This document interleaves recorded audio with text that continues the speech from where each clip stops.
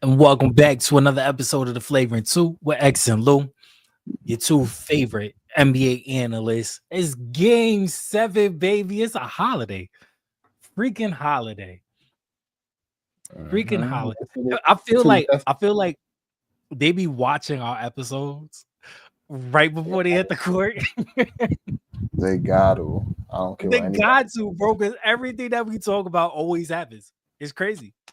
They got. It's either they watch it or we just good at what we do, and nobody That watches one or the us. other. It's I one or don't the know other, bro. No what's in going on. betweens, bro. Oh, they gotta come and see this for real, bro. Because we talking every time I say, "Yo, P, Pascal need you to get better." He goes out there, he plays better. We said it. We even come on. We was like, "Yo, we need Pascal to be defending Shea, defending what's the other guy? Jalen Williams out there. And guess what? Game 6, he gets some matchups on these guys, and his length affects them. Imagine who would have thunk? Who would have thunk? Who would have thunk? But before we get into Game 7 and our preview Yeah. and our wishes and wants and what we possibly could see, because they're gonna be watching and they're gonna do exactly what we say. Let's talk about these NBA trades, man. First NBA. trade, first trade that happened was the Bang trade Mm-hmm. to the Magic. Hold on, I'm trying to pull this up right now. Uh, 'Cause all I'm seeing, I don't want to talk about it just yet. I want to talk about the Bang trade because I know we do it in order. I know what you mean. yeah. But yeah, so the Grizzlies send Desmond Bain to the Magic for KCP. Damn, bro, like why is my internet Cole like Anthony, Cole Anthony? What was it? Four first first round round picks. picks and one first round swap. Yeah, We talked yeah. about So, this and it's on our opposite own. seasons like they always do it 26, 28, and 30. Hmm. Those are the pick trades, and then the swap is for 2029. So all in the Yeah, future. yeah, and we spoke about this off air, but we're gonna speak about it on air. I'm cool with the trade. Exactly what Yeah, me and you was talking about all season long is exactly what Desmond Bain is going to bring to this team. And everybody's up in arms about the first round picks and everything. When you're a contending team, those first round picks don't mean anything to you. yeah. They mean everything to the team that's receiving them that needs those picks in order to build their team. But when you've already Hmm. built your team and you just need a piece here, a piece there, get everything together, yeah. I think Cole Anthony wasn't. I think Cole Anthony ultimately will be a blow later on, only because of what he does defensively.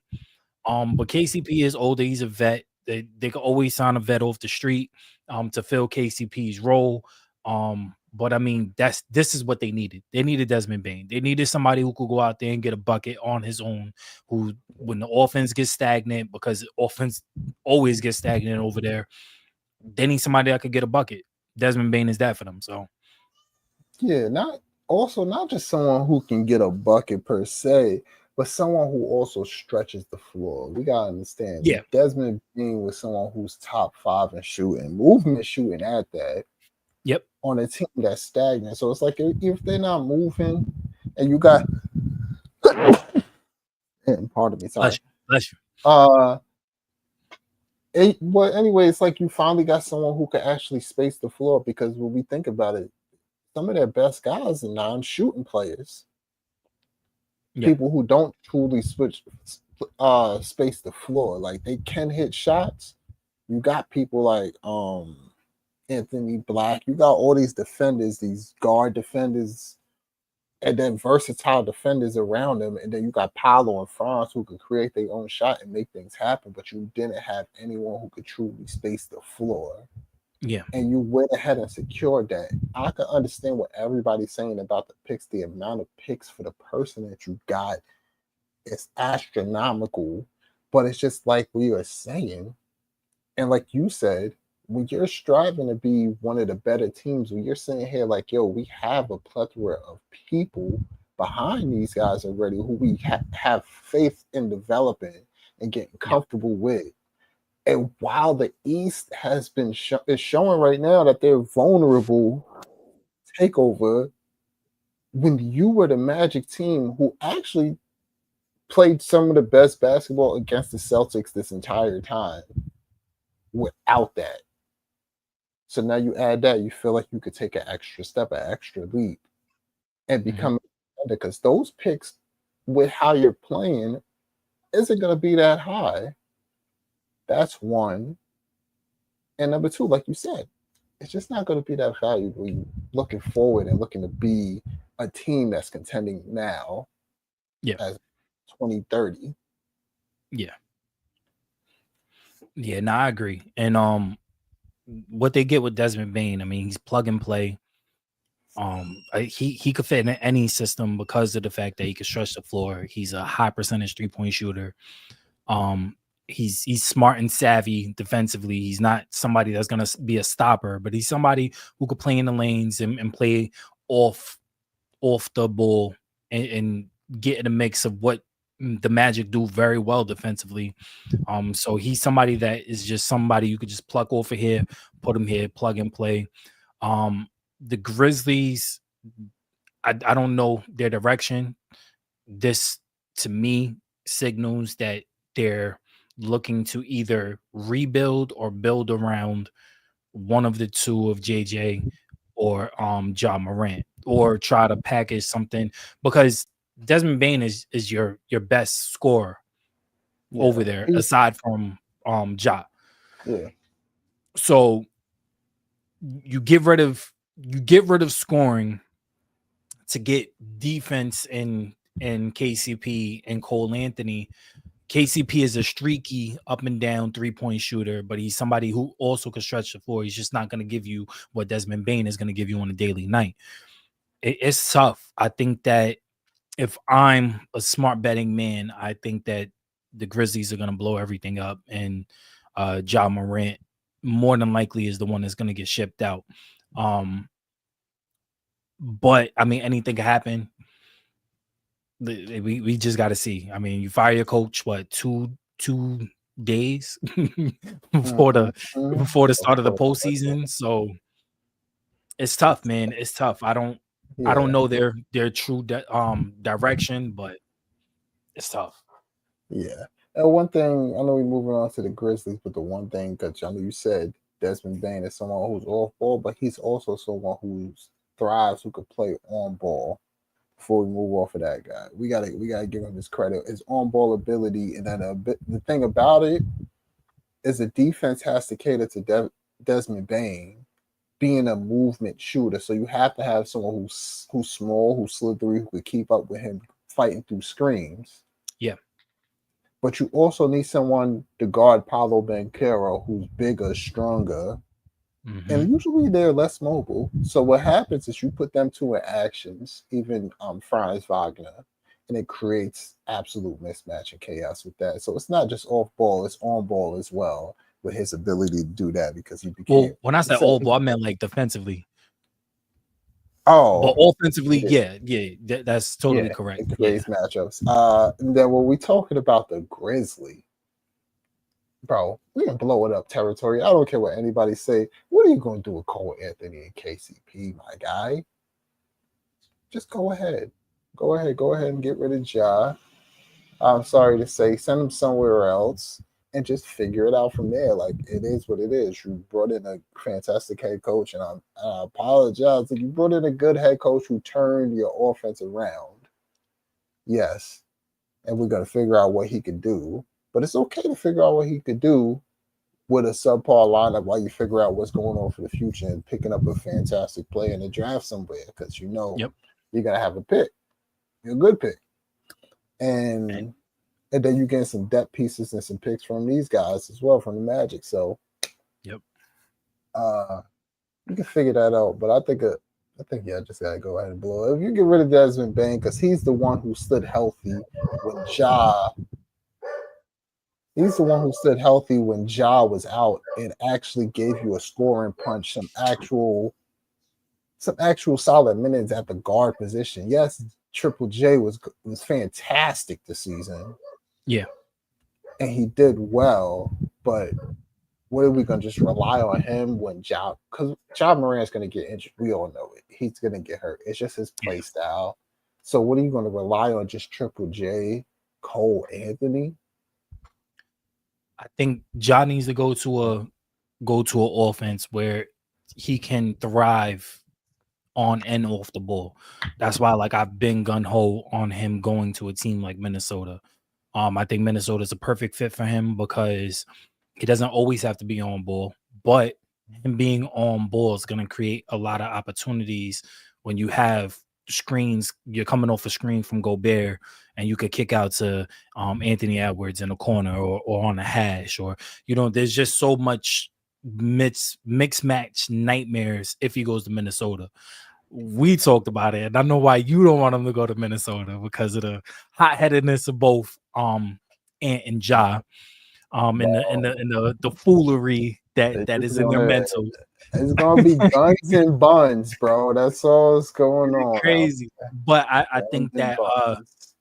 I think that team and probably Miami might work for Ja as well because what Spo does well is put guys in position moving downhill and kicking out. They play a very structured offense in a half court. So I think Spo could get the most out of Ja as well. I think those two are my two top teams that I would like to see Ja go to.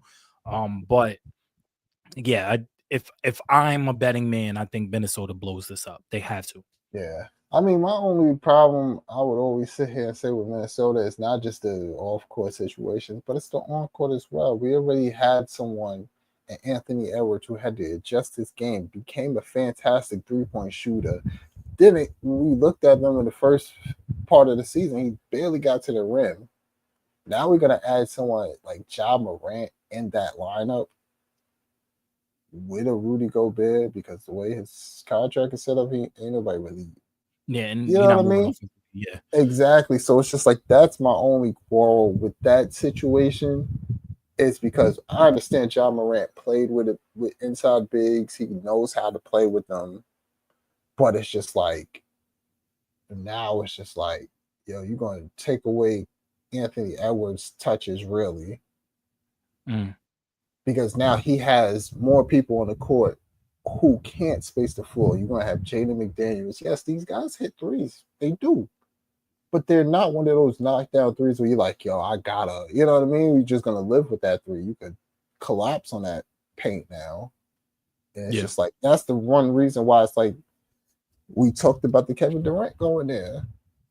yeah, Clearly he didn't, but he would have made more sense because he would have gave you more shot creating ability. He could space the floor. He could make a shot in the mid range where he doesn't have to get to the basket and things like that, where Rudy doesn't mess up with that lineup.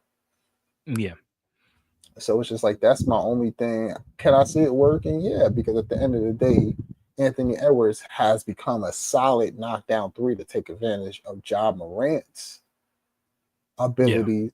But now we got to think about on the flip side where Anthony Edwards has the ball. Can he truly be as effective trying to get downhill? So now you're with just going to somebody that's close off just the as ball three. dominant. Yeah, Exactly. Now you just got to shut off his 3-pointer, and he just only could get downhill. He doesn't have a mid range game, and we've seen that. We've yeah, seen that throughout these and that's something we playoffs. talked about at the end of the season that he needs to work on getting So his it's like mid range. that's the Yeah, one thing I can sit there and be like, Minnesota, it's not just the off court, the on court thing. It's a situation that we have to see too. And if you going for Ja Morant, we're mm-hmm. thinking about winning now or within the next few years. And it's just like it's going to be the next few years. It won't be instantly. I know that's not that marriage isn't going to work automatically. You're going to have a honeymoon phase, but it's not going to work organically. Yeah, I agree. Like like But like putting I the said, I think the best marriage for Ja Morant team wise would be Miami in Spo's system because of everything that Spo does in the half court, and I think it would work to in an advantageous way for Ja. yeah, especially Going if on, keeping Tyler Hero with you like yeah, because Tyler Hero could play. I mean, Tyler Hero's a good off ball player, so yeah. and Bam, somebody Um, who could space it a little and he could pass, so he creates a different dynamic from the Right, right, spot. right, right. Um, moving on to the second trade, the trade that happened today, a blockbuster trade. A trade I do not like very much, but we'll get into those specifics. Kevin Durant going to Houston for Jalen Green, Dylan Brooks, the number 10 pick in this year's draft, and 5 second-round picks. I don't like this trade, man. I don't like No, this I'm trade at not. all. Two reasons why I don't like this trade. Mhm.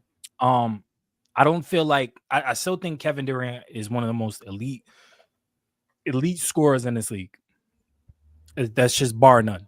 Right? He's Yeah. top 5 in scoring. Period. Any way that you cut it. I think that giving up Jalen Green is where, because I get that you're betting on Thompson.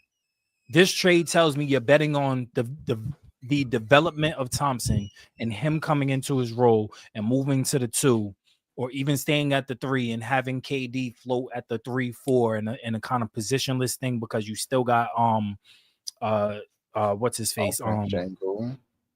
Yeah, Sangoon. So this tells me that you're willing to play in the tweener kind of stage, and you're looking to take it to the next step because you had the number 2 record in the league this year, and you couldn't get out the first round. This is it's a good and a bad move for Houston. I still think that the youth, that what they had, they could have built upon it with Jalen Green, with Dylan Brooks. I think that if you was going to move any one of those, I would have moved Dylan Brooks and then added the picks or whatever you wanted to package it. Kept Jalen Green because I still think Jalen Green has a ton of upside. And I think being in that lineup, Thompson, Green, Van Vliet, Sangoon, Durant, that's a wild 5 right there. And Green learns more from the scoring, from the scoring position, being next to somebody like KD. Now you're shipping him off to Phoenix, who Phoenix already has a log jam at the guard position. Devin Booker, Bill, you got guys coming off the bench that don't even know what to do off the bench, and what's his face? What's the white kid's name? Grayson Allen. Grayson Allen, yeah. Now you're just, it's a log jam at guard right now, at the 2 and not even at the 3, because who can you really move to the 3 to be effective? Maybe Dylan Brooks, because he played at the 3 in Houston, but Jalen Green's a 2. You could possibly move him to the 1, and he could possibly learn how to be, but he's not a point guard. He doesn't want to pass the ball. He wants to shoot. And then you're gonna have him next to Devin Booker. I think Devin Booker is an outstanding scorer. But Devin Booker can't score if there's nobody around the court that be able to. He was able to score with KD because KD spaced the floor and KD could score from anywhere. So you have to account for KD on the court. Now I don't have to account for anybody but Devin Booker. This hurts. This hurts Phoenix, and I want to say it hurts Phoenix. I think that what they're getting in return, they're built to go for the future. They have a ton of picks from the Ayton trade. They didn't really give up too much in the trade for KD, other than the players, Cam Thomas and Mikal Bridges. They didn't give up too much in the trade for Bill. Yeah, I don't know. I don't know. I don't like that. I like it for KD. I like it for Houston. I don't like it for Jalen Green. I don't like it for Booker. That's what I'm saying right now. I mean, I ain't gonna lie. Of course, I was sitting here thinking about the players. I was thinking this is pretty much for me a Jimmy Butler situation, because I was thinking there's going to be more younger players. Like, we had to think about the wings that they had, and I thought they would have to get rid of them. But just getting rid of Jalen Green and Dylan Brooks. I know this year's draft pick is but they have a bunch of young guys on the bench who's gonna come out, show out, and they Terror Twins out there with Amen Thompson and what's his kid's name? Oh, damn, he came off the bench. Damn, why's his name escaping me? I'll figure it out later. But they have the youth already on the bench who showed what they can do. So I understand losing these picks, but at the end of the day, these were the picks that the Phoenix Suns wanted back. Yeah. So it's just like the Phoenix Suns won by getting their picks back. I think Houston won by getting someone who can consistently score, because that's the problem with Jalen Green. We talking about, I think it was like a 5-6 game series with the Warriors. Mm-hmm. And he had one game that you sat there and said, yeah, that's the Jalen Green. That's, if he starts to play like this, we'll get that. But guess what? We only get one Jalen Green game like that every 40 games, 30, 40 games. Yeah. So what's that, 4 a year? Come on. But we could turn around and get Kevin Durant, who's going to get us the 20-point sleep. That boy go walk, sleepwalking to get 20 points. So I think honestly, it's a great trade for Houston. You got rid of Jalen Green. You substituted him with a fantastic scorer. Sure, you're thinking about Dylan Brooks being the heart and soul of a team who could, but he's still a knucklehead at times where it's just like, you know what? He cost y'all. He cost them a lot of games. And then sometimes he takes shots where you just like, Dylan, we got. That's what I mean. That's what I mean by costing him the games. The late shots, the you fourth quarter. So you lost inconsistency, and you lost someone who thinks they're better than they actually are. Yeah. To actually get someone who we know exactly what he is. I understand he's older, and you're probably thinking about the picks, but it's just like both teams, like every trade so far, even from the Desmond Bain to this trade, is something that I think both the teams got what they really wanted. Well, yeah, I think Phoenix won in getting. I'm sorry. I think Phoenix won in getting what their get their trades back. They got assets, back. Right? Right. So even if they do bad, they got their picks, and they get bad with their picks. Yes, and then they get a pick from this year. That's good yes. for them. But when you think of the dynamics of the Houston Rockets, bro, you got Josh. What is this? Josh Smith? Is it Smith Jr.? I know it's Smith Jr. You got him who's going to learn from Kevin Durant as well, where he shows shades of him being fantastic coming off the bench. He had fantastic games. Mm-hmm. Scottie Pippen Jr. is over there, isn't he? No, is he over there? No, he's in Minnesota. I said Minnesota. No, he's not. He's not Minnesota. He was in Memphis. Scottie Pippen Jr. You're right. Yeah. He was in Memphis. He's the backup point guard. You're right. Yeah. So you got him coming off who's gonna learn from Kevin Durant. Amen Thompson's gonna learn a lot. And then you had the thing is you put long rangey defenders around Kevin Durant. That's when you sit here when you talk about that lineup with Jalen Green. You say Jalen Green, Fred VanVleet, Kevin Durant, Amen Thompson, and Sengun. How many defenders do you see in there? One. 2. Who's the second? Thompson and Sengun. Sengun could Sengun ain't no defender. He's basically Jokic for real because he'll help. He's there. He got good hands. He does some good stuff. He plays the paint, bro. I'm not so. Are you talking about like on-ball defenders? We're talking on-ball. I'm just talking about defenders, period. In that lineup, I give Sengun. I gave Sengun a little bit. I would have given it to Van Vliet before I gave it to Sengun, to somebody who's a positive defender on that lineup. I think Sengun is a better defender than Jokic. Oh, I think he is.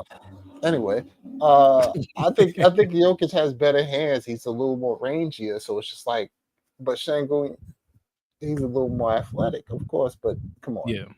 At the end of the day, neither one of them are positive defenders. They're just out there. They're net neutral, or it could be bad at night. That's how I feel. Yeah. Yeah, and And The KD isn't problem, the defender he used to be. exactly. So the problem with having that lineup is like the defense is the part that you suffer, and we see from this playoffs that you can't compromise on either side of the floor. You need to be able to have people who could do a little bit of both. Yeah.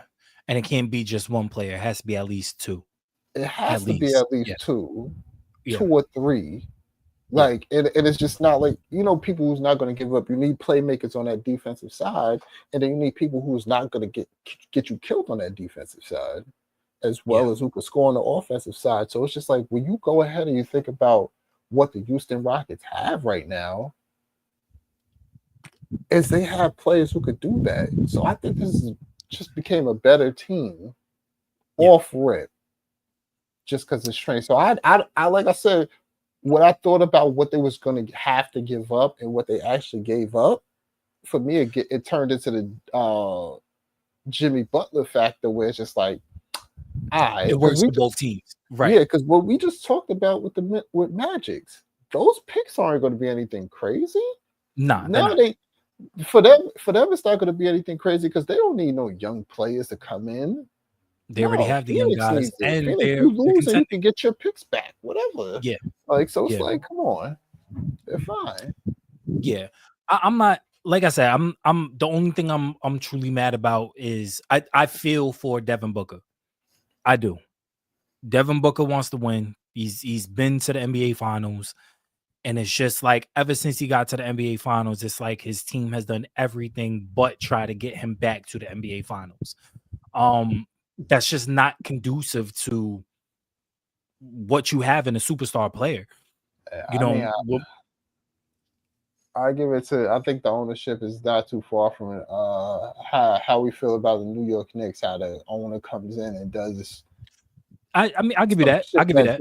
You know, some shit that throws off the whole thing, and you're just like, damn, now we got to work with what we got to work with. But you got to blame it on the owners at some point. Like, it's probably not the organization. That owner came in, he made big moves for you fired a head coach that got you to the finals. He made moves for Kevin Durant. I mean, not just the Knicks. I mean, for Phoenix, this is what they really. Oh yeah, they did the same thing. This is pretty much the same thing. The same thing. It's the same thing. It's the same thing. You trade your center. You trade the only center you really have. You trade your center, who was giving you a solid 12 and 15 a night. You have no depth. You give everything away. You have no depth. Give away Mikal Bridges and Cam Thomas, guys that got you. Yeah, bro. They're not too far from each other. No, and they're it's not. just literally the only, like you said, the only thing is Devin Booker's in the middle of this, and just like, damn, Devin Booker's a fantastic player. This is a guy we seen develop from a guy who we thought was going to be average and be like good, and turned out to be exceptional.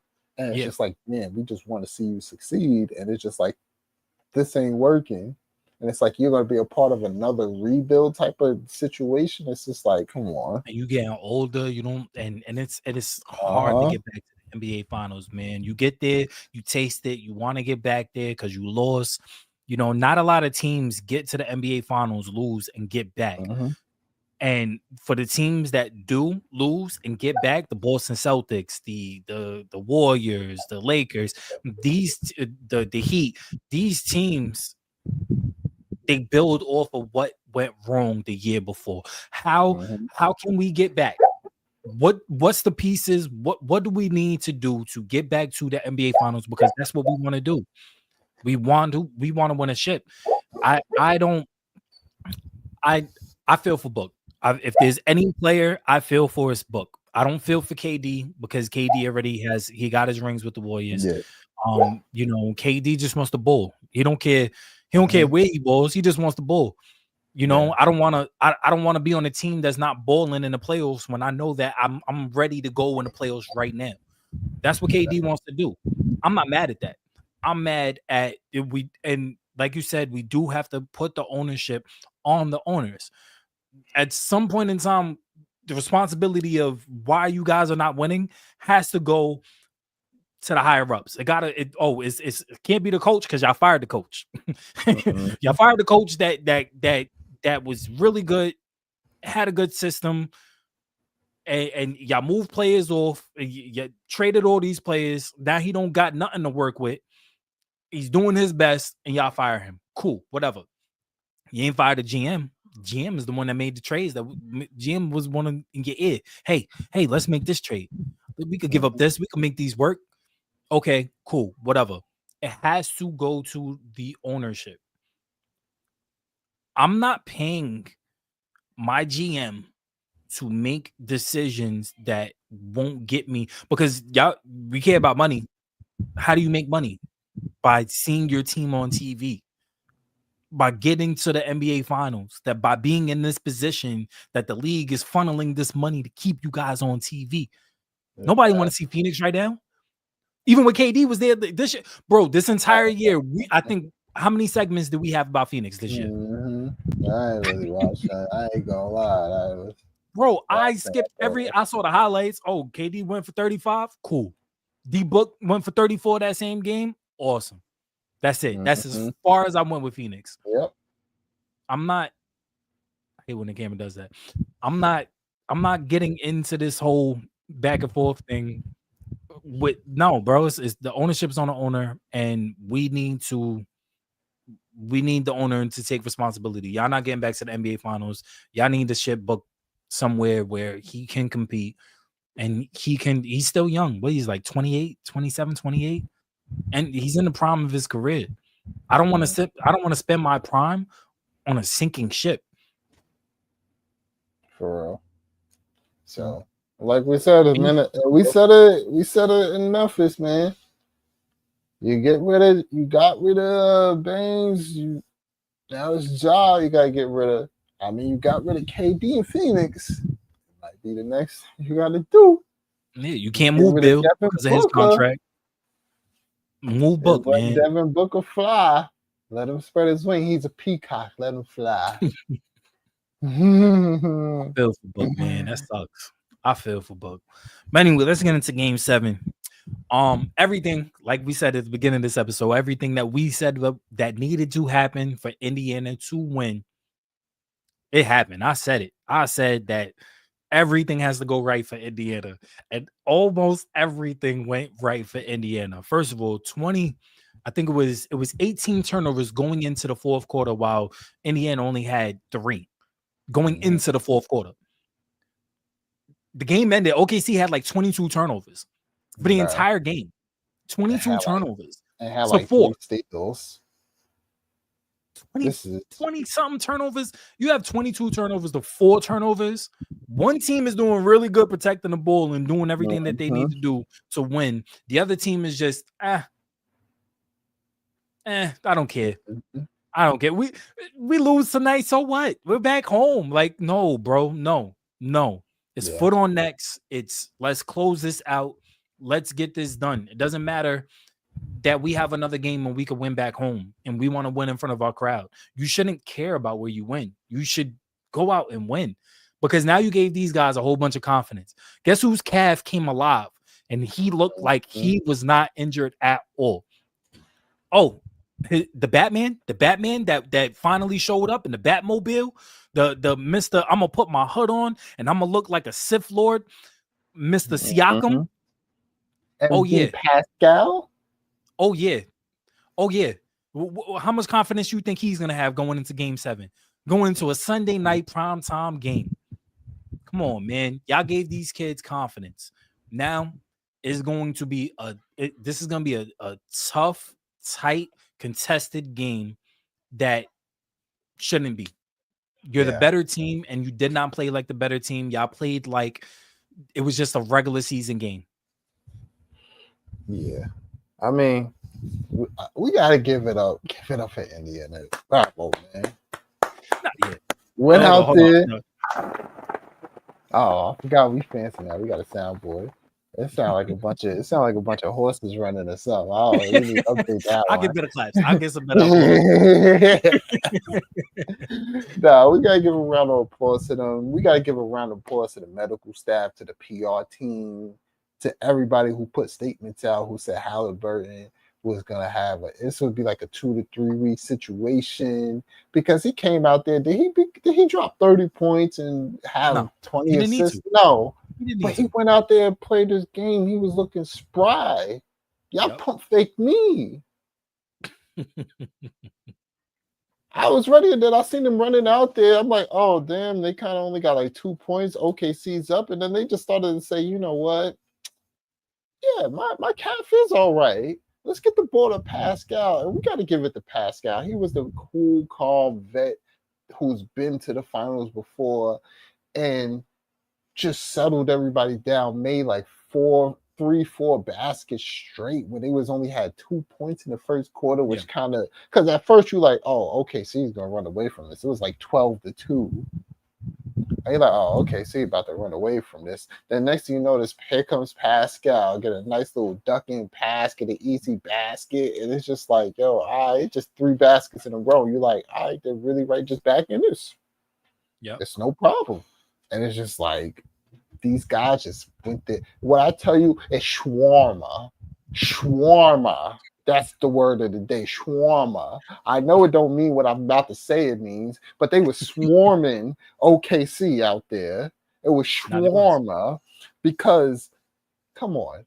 That many turnovers, bro. And it was just Shea too. Like the pressure that they was putting on him, just sending double teams. And this was a different type of pressure because before the first 5 games, they were pressuring him 94 feet. This Yep. time they let him get up to the court comfortably to the half court, and they were sending the pressure there, getting him in coffin corners. He's got to realize that too. At certain parts of the floor that they're trying to push you to, you don't want to get pushed there. Yep. Guess what you do? You give the ball up early. You have a guy like Hartenstein. You give the ball up and you work to actually get the ball back. We've seen what Steph Curry does to get the ball back. You go ahead and you do the work early to get the ball back. And then you get it where you're comfortable at where you can make something happen. But you were just bringing it up court and they just saying hey double. Once you get to certain points, they were sending late doubles. Nemhart, every time Nemhart you thought he was switching off, he just turned back around double team. And it's like I didn't know which team was OKC. Yeah. I didn't Nemhard was know because Nemhard's my MVP of that game. because the Pacers was looking like OKC. Yeah. That was OKC's defensive schemes. They just say, you know what? Let's just do what they do. Mm-hmm. And tonight we just gonna do it better. Caught them by surprise. So that's the one thing I'm like, that was a surprise game. They had their backs against the walls. They had to win that game, so they had to bring that out. That's a game 7 strategy that they had to bring out right there. So you already brought out your game 7 strategy. Now the real thing and what we're going into tonight to see It's the is adjustments. will OKC falter? Will this just be one of those things? Because we've seen this in the Denver series where they got smoked in game 6 and they came back in game 7 and did what they had to do. Will this be a repeat of night? Or will the repeat of what happened the other night? Or will OKC show their resilience? And for the Pacers, will this just be showing us that this was a fluke of a night? Or will you guys really go out there and be like, this is what we really do? That's what we're going to see tonight. Yeah, I agree. My MVPs for this game is between Nemhard and Obi Toppin. Obi came off the bench. He was doing what he had to do. 20 points in 23 minutes, 6 for 12, 4 for 7 from 3, 4 for 6 from the free throw. He had 2 steals this game. He was a +8. Guess what Nemhard was? Man, Nemhard was a +19. And what I said coming into this game, well, into game 6, I said you needed to see the other guys, the smaller guys, the Nemhards, the Neesmiths, the Matherins, the McConnells, the Toppins. Those guys are the ones that's gonna have to step up a little bit more to give a little bit more cushion because of the fact that Hallie was hurt. Okay, not only did Hallie play decent, I mean 14 points, 5 assists, 2 steals, and he was a +25. That means that he was doing his job defensively. But you look at the other guys. I mean, Siakam had a fantastic first half. He didn't have to do much in the second half because they was up so big. But when you look at what he did, 16 points, along with the block, he was a +13. I'm looking at the other guys. I'm looking at the Neesmiths. Okay, you gave me 10 points. I'm not counting on the points. You know what I'm counting on? I'm counting on his plus minus. I need him to go out there and play defense and play tough nose defense on guys like Jalen Williams and and I need to see you show for when I see Shea come down, right? So when I Yeah. see SGA, I need Neesmith to show. Neesmith has shown throughout the playoffs that not only is he tough, he's strong, he's resilient, and he can play defense. He was a plus 24. But Yeah. the person that got he this is the guy that is overshadowed, overlooked. Nobody accounts for him when he's on the court, but he always makes his presence felt. TJ McConnell, my hat goes off to you. You have been one of the most consistent bench players throughout this entire postseason. You come out, you make your presence felt. You a little guy. You a little small, fast white guy. And nobody ever takes you for account on the court. What do? You come out there, you show what you can do, coast to coast. You play tough nose defense. You're very savvy when it comes to getting into the paint and scoring those little push floaters. Yeah. Whatever you be doing, the little backdoor layups. He just always is. Just crap. Yeah, just real savvy, man. So shout out to TJ McConnell. But yeah, I totally agree with you. Tonight is gonna show us if Indiana is a fluke, if everything that they did in game 6 was just fighting for your lives and you're at home and you need to show face, or hey, we did that because we're capable of doing it on a nightly basis, and we're gonna show you guys that we can do it again in game 7. OKC, on the other hand, again, they're the only team this entire season, not just the postseason, but the regular season as well, that hasn't lost back-to-back games. It just hasn't happened. They need to come in tonight. That hasn't happened since April for OKC. All right, well, but they're the only team. They're the only team. I mean, no, the Pacers. Well, the Pacers obviously. Well, Pacers before. That's why I say they're the only team. Right. Now. So now you guys got to come in and show, hey, this is why we haven't lost back-to-back. We make adjustments. Mm-hmm. We do what we do because we look at the technical issues. We're in the back after the game. All right, cool. We in the back looking with the IT. You know what I'm saying? We fine-tooth in the video. All right, now I need to see that you guys learn from your mistakes. I don't need to see 21 turnovers to 10. I don't need to see 21 turnovers, and they had 18 going into the fourth quarter. Mm-hmm. And the only reason why they only had 3 turnovers in the fourth quarter is because the whole bench was in. That's it. That's chucking up shots. Yeah. So at the end of the day, like, this is what I need to see from you guys. You guys was out rebound. The offensive boards is 11 offensive rebounds. You guys, it's 16 steals to 4.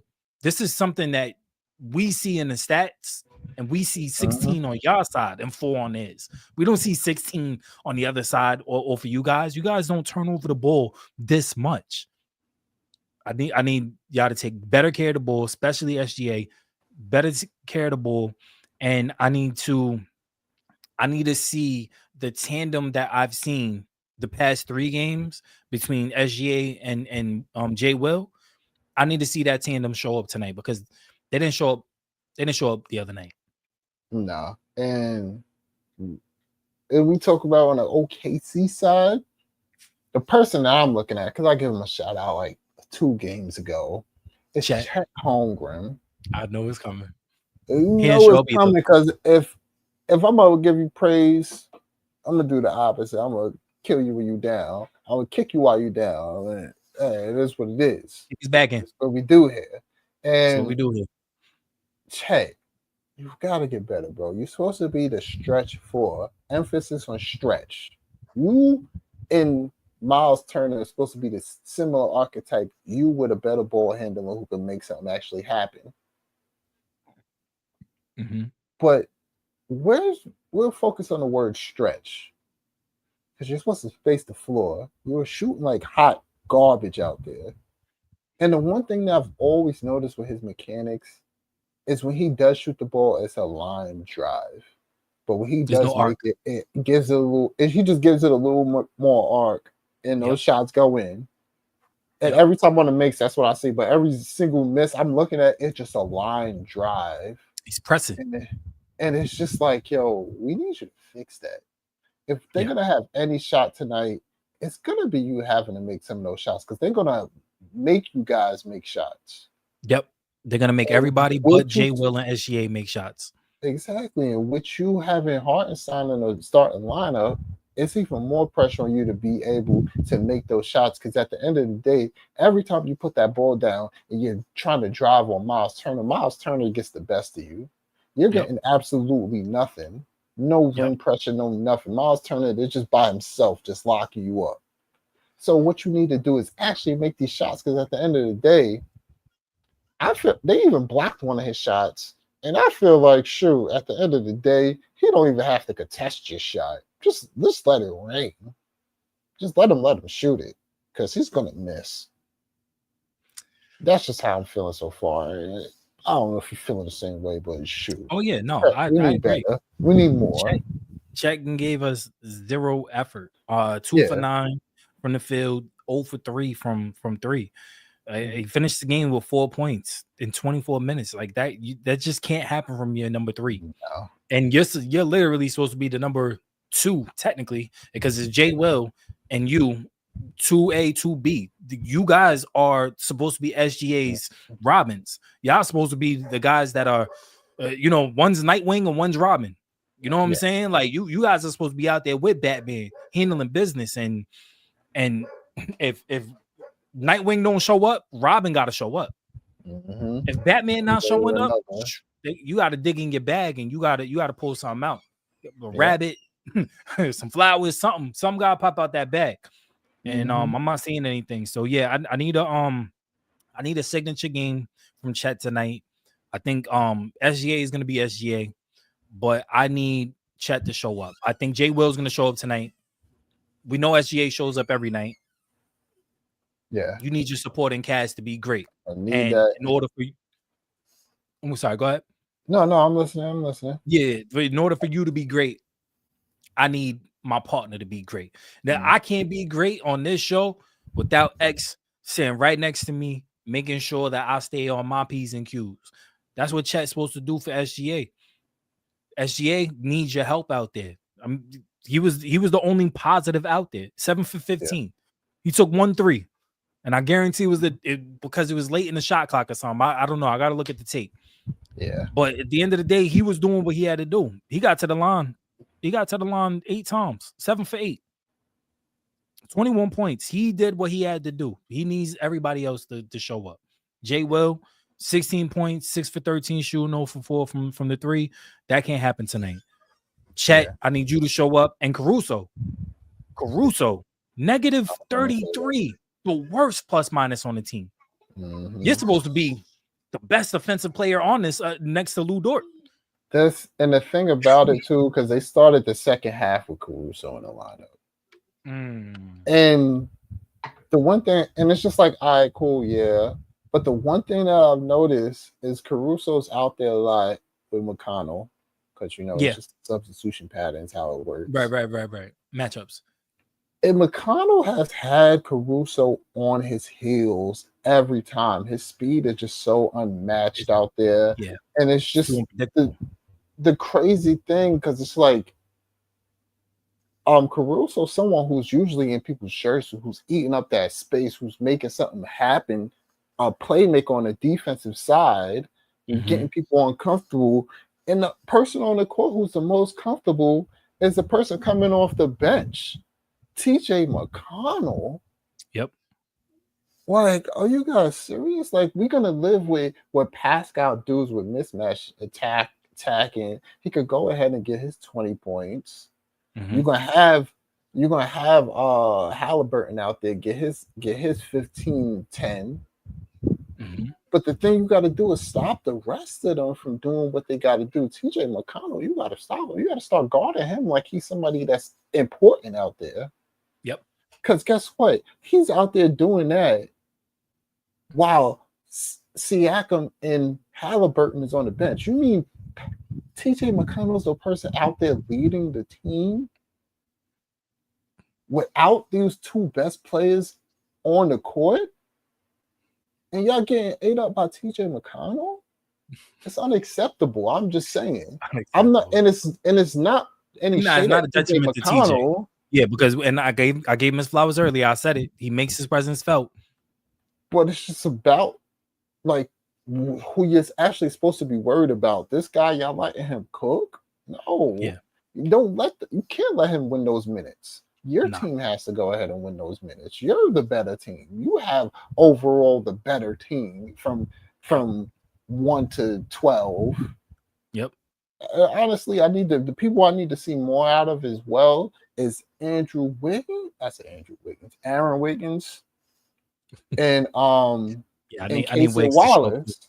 Casey Wallace is one of the people, because we was talking early, like we probably didn't talk about him as much as we should have. But everywhere it's just like Casey Wallace, his defense is this, his defense is that. He gives them extra defender out there, but his minutes has been cut. And we're seeing what TJ McConnell was doing to Caruso. Why not take a chance with Casey Wallace on him? Let's see what the hell he can do. He's a little faster. And instead of playing off of TJ McConnell and let him get his little space, let Casey Wallace get in his jersey. Let's give him something different. Because guess what y'all did to what Indiana did to Shea? Gave him something different, and it threw off his momentum. Yep. I need to see the same thing for TJ McConnell. I agree. All right. Predictions. It's been a while. Predictions, bro. I've been wrong all along.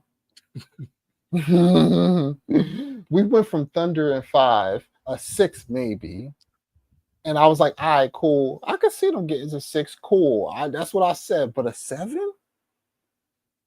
Oh man, I'm still gonna go with OKC and 7. Like, I got the wildest prediction. Whoever wins this game tonight takes the series. That's my wildest prediction. And I got OKC. I got OKC taking this one tonight. It's just they've shown back to backs. They always come back. They don't just falter, and they're gonna go out there and give it their best effort. I think Chet, even if he ain't making the shots, I think he's going to put out that effort tonight to go ahead and grab rebounds, make himself felt out there. And I think OKC, bro. I ain't going to sit here and take back on my prediction. No matter how wrong it's been so far from Game 5 to now Game 7, we're still here with it. I'm not mad at that. Nah, I'm sticking with OKC. I'm okay with any team that wins tonight because it's a new team that's winning.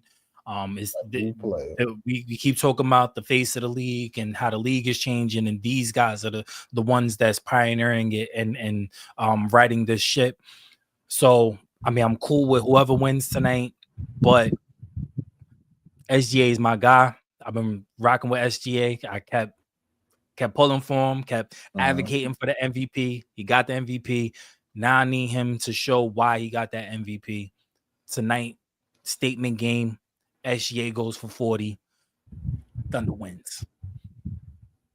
Yeah, I'm with that. I'm with that. You know it. Take us out of here, bro.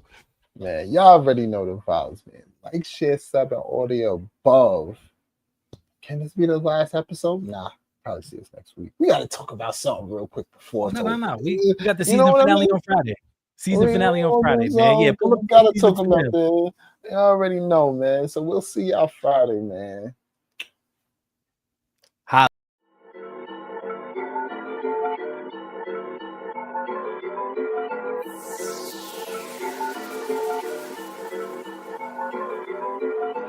Yeah, I'm back, straight facts, in my bag, straight facts, came to bring the hits, nigga, straight facts, tryna hit the falls list, nigga, straight, yeah, I'm back, straight facts, in my bag, straight facts, came to bring the hits, nigga, straight